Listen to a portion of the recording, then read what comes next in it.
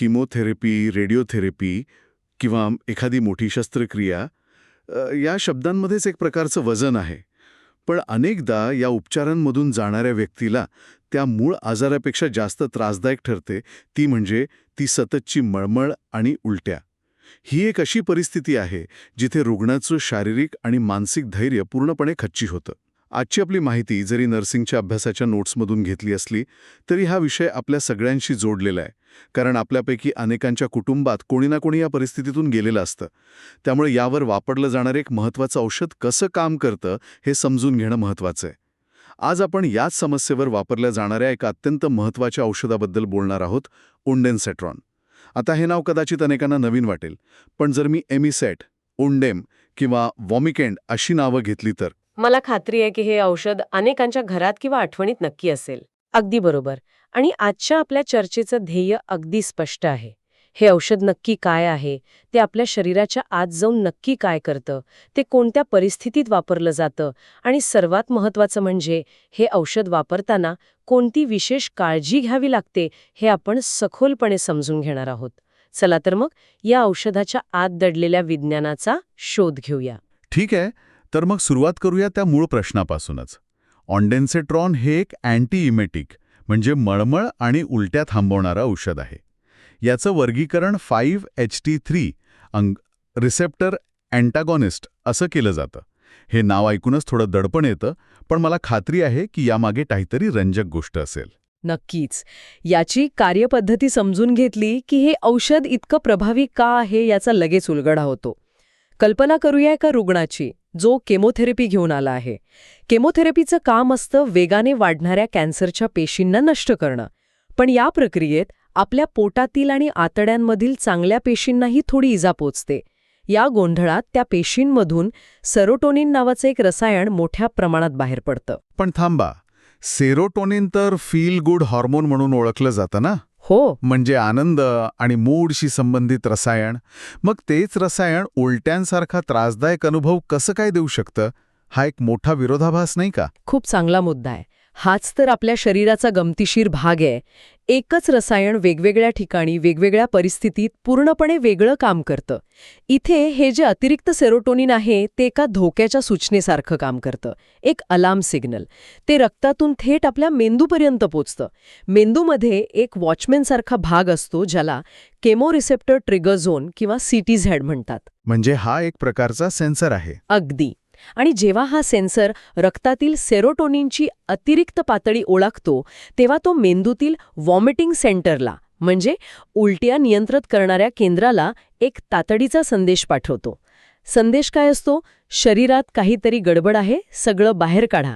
आणि याचा परिणाम म्हणजे रुग्णाला तीव्र मळमळ आणि उलट्या सुरू होतात. अच्छा, म्हणजे शरीर स्वतःच्या संरक्षणासाठीच ही प्रतिक्रिया देत असतं. नेमके. आणि इथेच या औषधाची हुशारी दिसून येते. शरीर एक सिग्नल पाठवतंय, पण ओंडेनसेट्रॉन काय करतं ते मध्येच जाऊन मेंदूचे कानच बंद करून टाकतं. ते सेरोटोनिनला त्याच्या रिसेप्टर्सपर्यंत पोचूच देत नाही. जसं की चुकीची किल्ली लावल्यामुळे कुलूप उघडत नाही, तसंच हे औषध त्या रिसेप्टरला ब्लॉक करतं. त्यामुळे सेरोटोनिन जरी रक्तात असलं तरी मेंदूपर्यंत तो धोक्याचा संदेश पोचतच नाही. म्हणजे हे औषध थेट त्या धोक्याच्या अलार्मचाच आवाज बंद करून टाकतं. वा, हे तर शरीराच्या कम्युनिकेशन सिस्टीमला हॅक करण्यासारखं आहे. ही माहिती खूपच प्रभावी आहे. मग हे औषध मुख्यत्वे कोणत्या परिस्थितीत वापरलं जातं? आपल्या स्रोतांमध्ये 3 मुख्य उपयोग सांगितले आहेत. किमोथेरपी आणि रेडिओथेरपीमुळे होणारी मळमळ आणि शस्त्रक्रियेनंतर होणारी मळमळ. बरोबर. यांना अनुक्रमे CINV आणि PONV असं म्हणतात.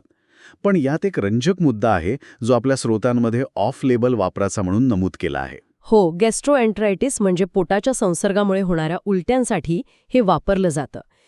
या ऑफ लेबल वापराचा नेमका अर्थ काय? याचा अर्थ असा की हे औषध बनवलं होतं एका विशिष्ट कामासाठी, म्हणजे किमोथेरपी किंवा शस्त्रक्रियेनंतरची मळमळ थांबवण्यासाठी.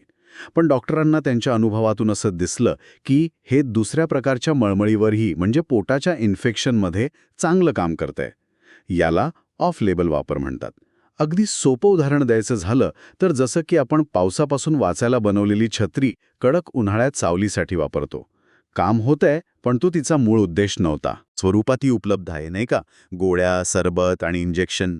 हो, आणि यातही एक खूप विचारपूर्वक बनवलेला प्रकार आहे, तो म्हणजे तोंडात विरघळणाऱ्या गोळ्या, ज्यांना ODT म्हणतात, ओरली डिसइंटिग्रेटिंग टॅब्लेट्स. अरे वा. म्हणजे ज्या रुग्णाला सततच्या मळमळीमुळे पाणी प्यायची इच्छा होत नाहीये किंवा जो गिळूच शकत नाही, विशेषतः लहान मुलं किंवा खूप अशक्त रुग्ण, त्यांच्यासाठी ती तर जादूची गोळी झाली. फक्त जिभेवर ठेवायची आणि ती विरघळते. हे तंत्रज्ञान रुग्णाचा किती सूक्ष्म विचार करून बनवलं आहे. अगदी. या छोट्या छोट्या गोष्टी रुग्णाचा आराम खूप मोठ्या प्रमाणात वाढवतात. आणि जिथे त्वरित परिणामांची गरज आहे किंवा रुग्ण तोंडावाटे काहीच घेऊ शकत नाही, तिथे इंजेक्शनचा पर्याय आहेच. ते नसेद्वारे म्हणजे IV किंवा स्नायूंमध्ये म्हणजे IM दिलं जातं. म्हणजे रुग्णाला आराम देण्यासाठी इतके पर्याय उपलब्ध आहेत, हे खूप आश्वासक आहे. पण ही सोय वापरताना आपल्याला त्यासोबत येणाऱ्या जबाबदारीचाही विचार करावा लागतो. कारण प्रत्येक प्रभावी औषधाची एक दुसरी काहीशी गडद बाजू असू शकते. त्याचे दुष्परिणाम. बरोबर आहे.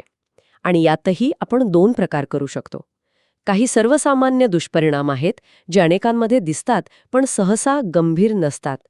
आपल्या स्रोतांनुसार यात डोकेदुखी, बद्धकोष्ठता, थोडी चक्कर किंवा थकवा जाणवणं यांचा समावेश आहे. हे त्रासदायक असू शकतात, पण ते नियंत्रणात आणता येतात. पण या पलीकडे काही गंभीर धोके आहेत का, ज्यांची विशेष काळजी घ्यावी लागते?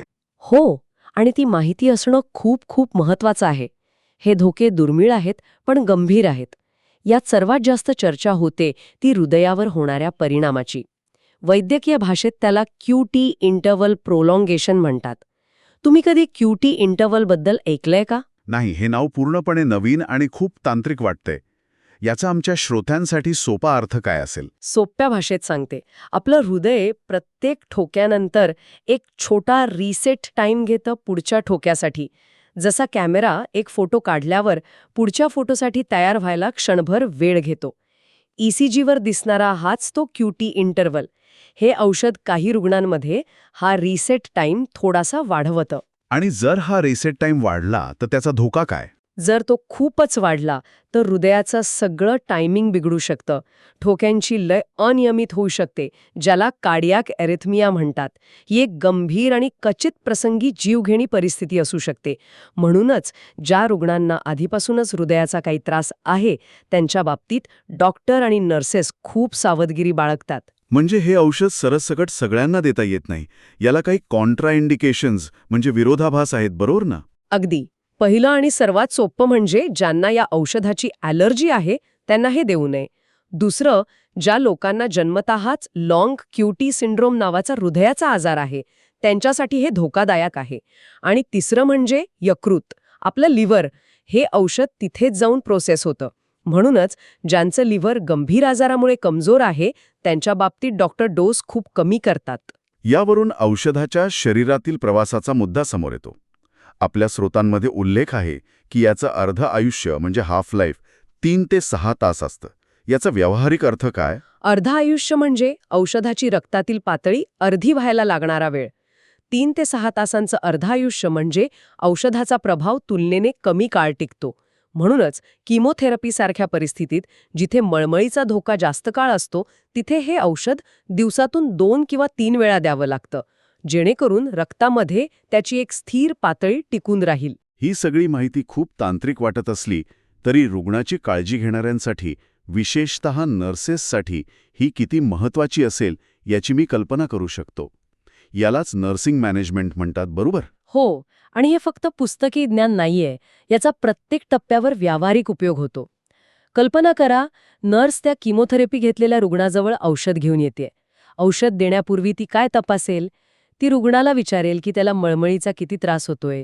ती त्याची फाईल तपासेल, त्याला हृदयाचा काही आजार आहे का, यकृताच्या चाचण्या नॉर्मल आहेत का. या सगळ्या प्रश्नांची उत्तरं मिळाल्यावरच ती औषध देईल.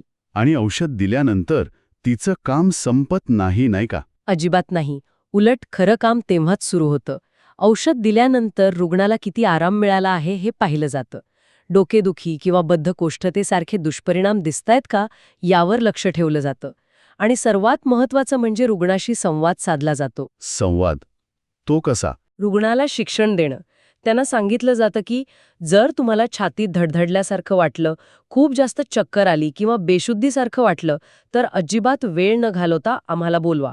कारण हे त्या गंभीर दुष्परिणामांचे संकेत असू शकतात. मला आठवते एका ज्येष्ठ नर्सने मला एकदा सांगितलं होतं, औषधाची माहिती पुस्तकात मिळते, पण रुग्णाच्या चेहऱ्यावरचा बदल वाचता येणं हा खरा अनुभव असतो. उंडीन सिट्रोन दिल्यानंतर जेव्हा रुग्णाच्या चेहऱ्यावरचं त्रासाचं सावट दूर होतं, तो क्षण खरंच खूप समाधान देणारा असतो. खरंच, माहिती आणि काळजी या दोन्ही गोष्टी हातात हात घालून चालतात. आजच्या चर्चेचा सारांश जर एका वाक्यात सांगायचा झाला तर आपल्या स्रोतामधील एक्झाम टिप अगदी चपखल बसते. ओंडेनसिट्रॉन हे एक निवडक 5-HT3 रिसेप्टर अँटागॉनिस्ट आहे, जे केमोथेरपी आणि शस्त्रक्रियेनंतर होणारी मळमळ आणि उलट्या टाळण्यासाठी वापरले जाते. आज आपण या एका वाक्यामागे दडलेलं विज्ञान, त्याचा उपयोग, त्याचे धोके आणि रुग्णाची काळजी या सगळ्या पैलूंवर एक सविस्तर नजर टाकली. हो, आणि जाता जाता ऐकणाऱ्यांसाठी एक विचार करायला लावणारा मुद्दा सोडून जातेय. आपल्या माहितीमध्ये एक छोटासा पण महत्त्वाचा उल्लेख आहे की ऑन्डनसेट्रॉन हे ट्रॅमाडॉल नावाचा एका वेदनाशामक औषधाचा प्रभाव कमी करू शकतं. ट्रॅमाडॉल हे तीव्र वेदनांसाठी वापरलं जाणारं एक महत्त्वाचं औषध आहे. म्हणजे एकाच वेळी दोन मोठी आव्हानं. अगदी. आता कल्पना करा की त्याच किमोथेरपी घेतलेल्या रुग्णाला तीव्र मळमळीसोबतच असह्य वेदनाही होत आहेत. अशा परिस्थितीत डॉक्टर काय निर्णय घेतील? एका बाजूला मळमळ थांबवण्यासाठी ऑन्डेसेट्रॉन देणं गरजेचं आहे, पण ते दिल्यास वेदना कमी करणाऱ्या ट्रॅमाडोलचा प्रभाव कमी होऊ शकतो. मग डॉक्टर कदाचित वेदनेसाठी दुसरं औषध निवडतील किंवा दोन्ही औषधांच्या डोसमध्ये आणि वेळेमध्ये असा काही बदल करतील की दोन्हीचा जास्तीत जास्त फायदा रुग्णाला मिळेल. हा वैद्यकीय निर्णयामागील एक गुंतागुंतीचा पण अत्यंत महत्त्वाचा विचार आहे. हे आपल्याला दाखवून देतं की औषधोपचार हे केवळ गोळ्या देण्यापुरतं मर्यादित नसतं. ते एक प्रकारचं शास्त्र आहे, जिथे रुग्णाची गरज, औषधांचा विज्ञान आणि डॉक्टरांचा अनुभव यांचा योग्य मेळ साधावा लागतो.